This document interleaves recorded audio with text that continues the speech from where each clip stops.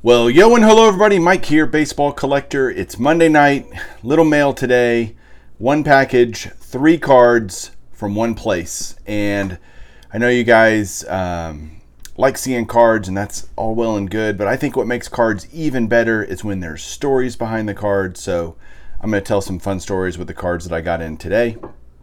And I want to just quickly make sure that everybody knows, because I don't want to have to bring Eric back from the future to talk about this, but my 3,000 subscriber contest is still going on. Remember, emulate and pay homage to a YouTuber out there. Do a video that way. That gets you entered. Let me know that you did it. Right now we have, 22 responses so far.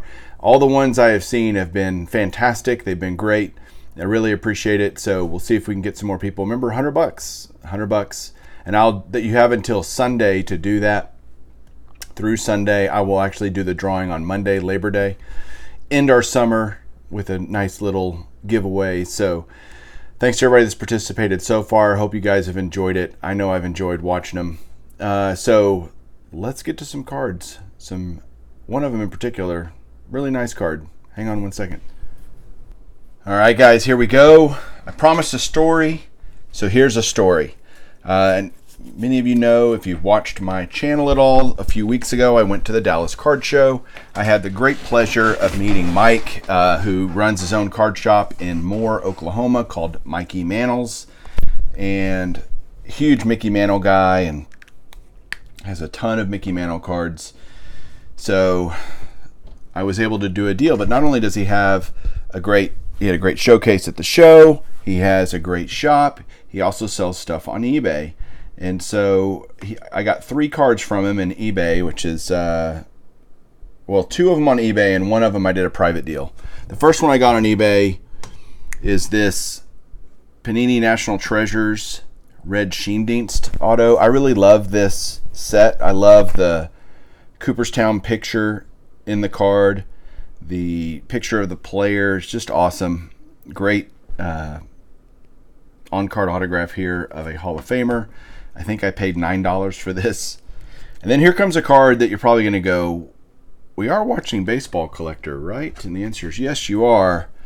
But I saw that he was selling this, and man, I just had to buy it. I don't know why. It was kind of one of those, man, I've always admired and watched Kareem Abdul-Jabbar when I was a kid. I thought he was an amazing basketball player. Lou Alcindor. And man, I saw this. I was like, it's on card. It's numbered to 15. It was going for what I considered to be a good deal. I looked at past auctions and everything. I was like, I think I might be able to snag this card. And I did. And it was really great because it was also from a guy that I really like, Mike. So I was like, man, I don't have, in fact, I may only have a few basketball autographs in my entire collection. And I had to get Kareem. Skyhook.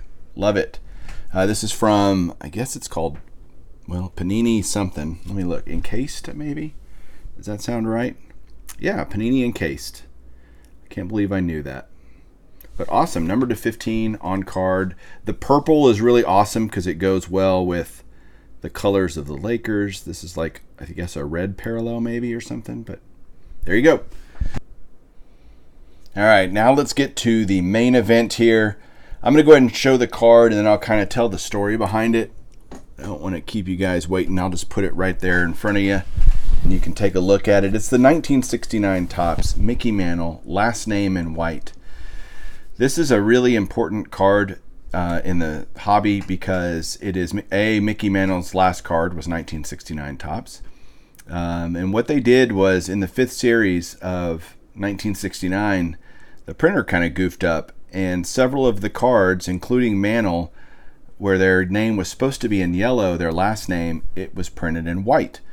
And so it's a variation that there weren't a ton of variations back then, and usually they just pulled them, but this one got out in packs and is available, but it's certainly rare.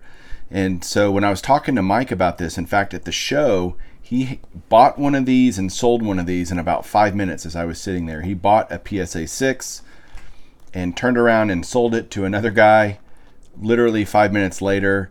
And I'm like, oh, I love that card. And then later on, Mike and I were talking about this card, and I was like, oh, I wish I would have bought that 6 from you. And he says, well, what do you look? I said, really, I don't need a 6 though. A 4 would be fine. He goes, oh, I got several of those. I'm like, what? Who has like, okay. So he texted me a couple of pictures and said, pick whichever one you want. And I picked this one. The other one had better corners, but this one was much better centered. And so he gave me a great deal on this card, and I am so happy to have it in my collection. This is a card I've been chasing for a long time. It's in the top 300 cards, or not top, the greatest 300 cards of the 20th century by Mike Payne. It's in the top 250 cards in the hobby, top 200 cards in the hobby. I mean, my Mickey Mantle checklist, all of it. I mean, it just hits so many different things. And it's one of those cards that I thought, oh, I'll get that later.